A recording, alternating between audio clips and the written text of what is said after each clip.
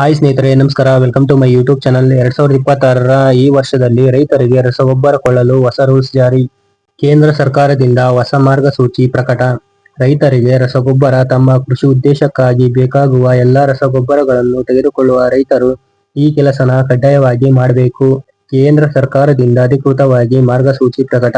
ರೈತರು ಈ ಕೆಲಸ ಮಾಡೋದು ಕಡ್ಡಾಯವಾಗಿದೆ, ಇಲ್ಲಂದ್ರೆ ನಿಮಗೆ ರಸಗೊಬ್ಬರ ಸಿಗಲ್ಲ.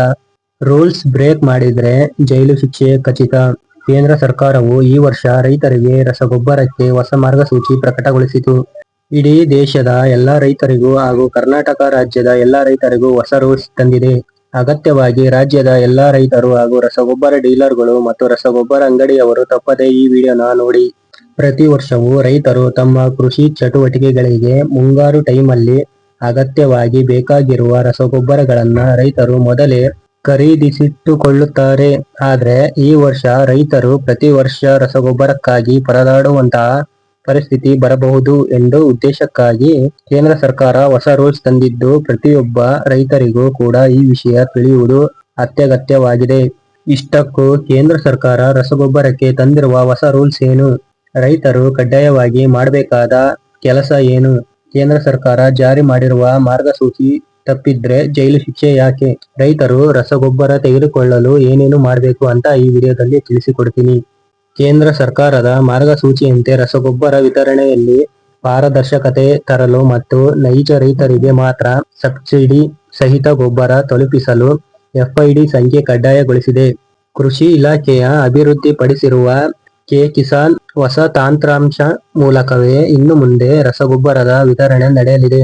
ರೈತರು ತಮ್ಮ ಎಫ್ಐಡಿ ಸಂಖ್ಯೆ ಹಾಗೂ ಆಧಾರ್ ಕಾರ್ಡ್ ಬಳಸಿ ತಮ್ಮ ಜಮೀನಿನ ವಿಸ್ತೀರ್ಣ ಮತ್ತು ಬೆಳೆದ ಬೆಳೆಗಳಿಗೆ ಅನುಗುಣವಾಗಿ 1 ಎಕರೆಗೆ 1 ಚೀಲ ಯೂರಿಯಾ ಮಾತ್ರ ಕೊಂಡುಕೊಳ್ಳಲು ಅವಕಾಶ ಇರುತ್ತದೆ. ಮಾರಾಟಗಾರರು ಸಹ ಇದೇ ಮಾದರಿಯಲ್ಲಿ ಕೊಡಬೇಕು ಎಂದು ಅವರು ಸೂಚಿಸಿದ್ದಾರೆ. ಎಫ್ಐಡಿ ಇಲ್ಲದ ರೈತರು ತಕ್ಷಣವೇ ಪಹಣಿ ಬ್ಯಾಂಕ್ ಪಾಸ್ಬುಕ್ ಮತ್ತು ಆಧಾರ್ ಕಾರ್ಡ್ ದಾಖಲೆಗಳೊಂದಿಗೆ ಹತ್ತಿರದ ರೈತ ಸಂಪರ್ಕ ಕೇಂದ್ರ, ತೋಟಗಾರಿಕೆ ಇಲಾಖೆ, ಕಂದಾಯ ಇಲಾಖೆ ಅಥವಾ ಸಾಮಾನ್ಯ ಸೇವಾ ಕೇಂದ್ರಗಳಿಗೆ ಭೇಟಿ ನೀಡಿ ಎಫ್ಐಡಿ ಸೃಜಿಸಿಕೊಳ್ಳಬೇಕು. ಇವಾಗಲೇ ಎಫ್ಐಡಿ ಇರುವ ರೈತರು ತಮ್ಮ ಎಲ್ಲ ಸರ್ವೆ ನಂಬರ್ಗಳು ಅದಕ್ಕೆ ಜೋಡಣೆ ಆಗಿರುವುದನ್ನು ಖಚಿತಪಡಿಸಿಕೊಳ್ಳಬೇಕು. ಅಕ್ರಮ ಎಸಗಿದರೆ ಜೈಲು ಶಿಕ್ಷೆ ಖಚಿತ. ಎಚ್ಚರಿಕೆ: ರೈತರಲ್ಲದವರು ಬೇರೆಯವರು ಆಧಾರ್ ಅಥವಾ ಎಫ್ಐಡಿ ಬಳಸಿ ಗೊಬ್ಬರ ಸಂಗ್ರಹಿಸುವುದು, ಕೃತಕ ಅಭಾವ ಸೃಷ್ಟಿಸುವುದು ಅಥವಾ ಕೃಷಿಯೇತರ ಚಟುವಟಿಕೆಗಳಿಗೆ ಗೊಬ್ಬರ ಬಳಸುವುದು ಕಂಡುಬಂದ್ರೆ ಕಾನೂನು ಕ್ರಮ ತೆಗೆದುಕೊಳ್ಳಲಾಗುವುದು ಎಂದಿದ್ದಾರೆ.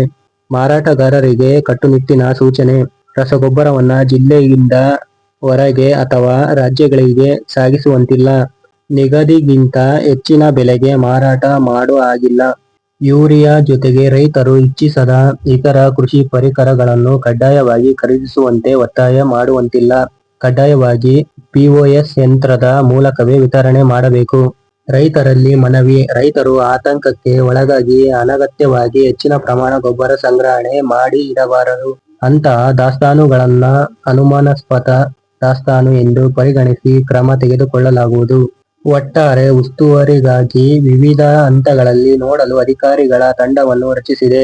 ಯಾವುದೇ ನ್ಯೂನತೆ ಕಂಡುಬಂದಲ್ಲಿ ರಸಗೊಬ್ಬರ ನಿಯಂತ್ರಣ ಆದೇಶ 1985 ಮತ್ತು ಅಗತ್ಯ ವಸ್ತುಗಳ ಕಾಯ್ದೆ 1955ರ ಅಡಿ ಕಟ್ಟುನಿಟ್ಟಿನ ಕ್ರಮ ತೆಗೆದುಕೊಳ್ಳಲಾಗುವುದು ಎಂದು ಜಂಟಿ ಕೃಷಿ ನಿರ್ದೇಶಕರು ಪ್ರಕಟಣೆಯಲ್ಲಿ ತಿಳಿಸಿದ್ದಾರೆ. ಇದೇ ತರ ಪ್ರತಿಯೊಂದು ಹೊಸ ಅಪ್ಡೇಟ್ ನ ತಿಳಿಸ್ಕೊಡ್ತಾ ಹೋಗ್ತೀನಿ. ವಿಡಿಯೋ ಇಷ್ಟ ಆದರೆ ಲೈಕ್ ಮಾಡಿ. ಇನ್ನು ನಮ್ಮ ಚಾನಲ್ಗೆ ಯಾರು ಸಬ್ಸ್ಕ್ರೈಬ್ ಮಾಡಿಲ್ವೋ ಬೇಗ ಸಬ್ಸ್ಕ್ರೈಬ್ ಮಾಡಿ.